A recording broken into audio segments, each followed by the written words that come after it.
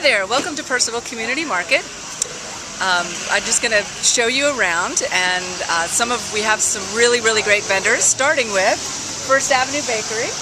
This is the Lebrecht family. They've been baking and winning awards for over 20 years, and they sell out every single market, and I never get to eat a thing, and I'm so bummed. And then over here we have the Lavender people. They're from Ireland. Lavender person today. And him and his wife have, how many plants do you have? Oh, about 450. 450 lavender plants. And they make all these wonderful lavender sachets. Then from West Virginia, we have Community Gardens and Kilmer Orchards. Now Community Gardens, the lettuce, his lettuce, people come from all over for this lettuce. These greens are fantastic. I've got people from Reston, people from Ashburn. Unfortunately, right now, the heat has really affected a lot of the crops, but we have a limited amount of that today. But we do have lots of fruit from Kilmer Orchards. They have over 600 acres of orchard in Inwood, West Virginia. And our first Gala apples just got picked. We've got tons of great peaches. Pluots, I don't know if you've heard of those, I hadn't. They're a cross between a plum and an apricot. So make sure you try one of those before you leave. Then we've got over here, we've got the mayor talking with Dr. Mixer, which is Steve Freeman. He's from Purcellville, and he makes all of his own syrups for Italian soda. So it's a really great, refreshing drink. And he sells about 100 of these a market. They're unbelievable. Okay. And then over here we have Ann Higgins and her beautiful daughter. Visiting from Yorktown? Yes, visiting from Yorktown. And what they're selling today is whole raw milk cheese from Oak Springs Dairy and shiitake mushrooms from F&V Farm, and then we have some of South Street's ciabatta bread. Why do I know you? So, Why do I know you? and then our local vineyard, he lives right here in Purcellville, right outside of town, Purcellville address, Mark Fedor of Northgate Vineyards, the best winemaker in the county. What's your favorite wine, Juanita? My favorite is the Northgate 2008 Chardonnay. Stainless steel fermented, no oak, light and crisp. Yes, like Just great, the way you like it. great summer wine. Yep. And over here, we have the Magnolia Girls. And this is Erica. They're from Berryville, and they do all kinds of baked goods. They do scones. These pecan bars are unbelievable. They are the best. That's my favorite thing they make.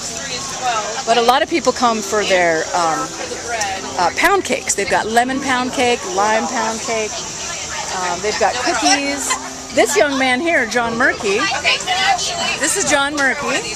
He comes every week. He's a loyal shopper, and he loves their ginger cookies because we have a fellow, Hondo, that gives free coffee out at the market.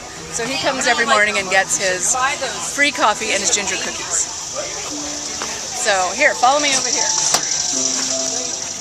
And then we've got Ellen James. She opens the market every week from 9 to 10. With her beautiful harp music and vocals. She's just wonderful. And then we have Manna for Life, which has gluten-free goods. And there's Marion and her assistant. And then this is Singing Frog Farms. They're out of Purcellville, and this is Meredith. She owns Singing Frog Farms. And she does, her specialty is cut flowers. But she also does Picture people. Yes. Oh, loaded. Wait. But she I'm also. ready. Okay.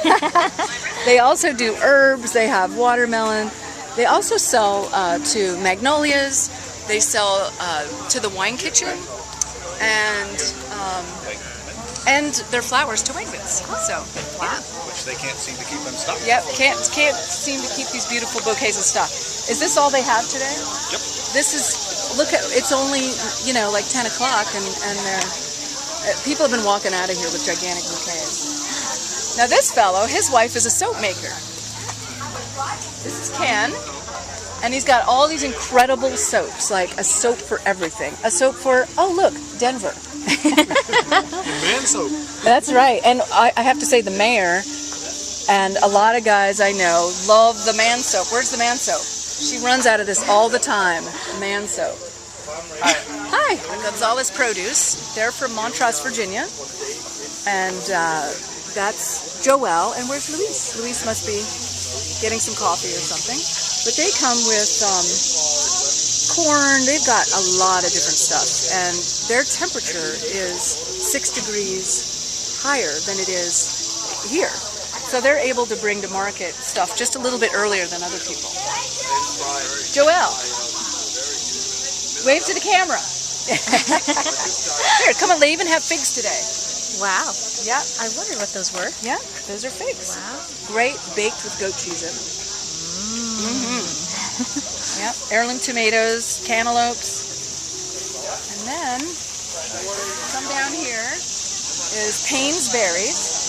They're just like I said, the drought has affected so much stuff. This is it for you this year, right? Yeah. Yeah, this is it for them this year. But these are great berries. Look how big they are. I'm gonna steal one. Thanks. I can't believe they're so tasty and they're so big. Yeah. You know. Thank you. And this is John Cockrell. Hi. Him and his brother own Fort Bacon Farm, and he does pork and eggs and chicken. Now, do you have any chicken? Not right now. Not right now. Yeah, it depends on when they process the chicken. But he has pork, and this young man, they have the best breakfast sausage you've ever had, and I know that myself because I've tasted it. My son says that. Everybody says they have the best breakfast sausage, so definitely get some of that before you leave. And then this is the Cupcake Lady's mom. This is Cornerstone Bakery. They're off of Mount Gilead. I don't know, is that a Leesburg address? Yeah, it's Leesburg. Yeah, that's Leesburg. And they make all these different flavors of cupcakes. Aren't they beautiful? And they also sell them to a couple of wineries and at Shoes Cup and Cork downtown in Leesburg, which is my favorite coffee shop right now since the Bean closed. So, yeah. And then this is Hondo. And Hondo, is that a friend of yours? Yes, this is Nadia. Nadia. Hi, Nadia. Our Hondo has he sells coffee, and he has a plantation over in Honduras. And then he brings them in, roasts them, and then goes to different markets in the area.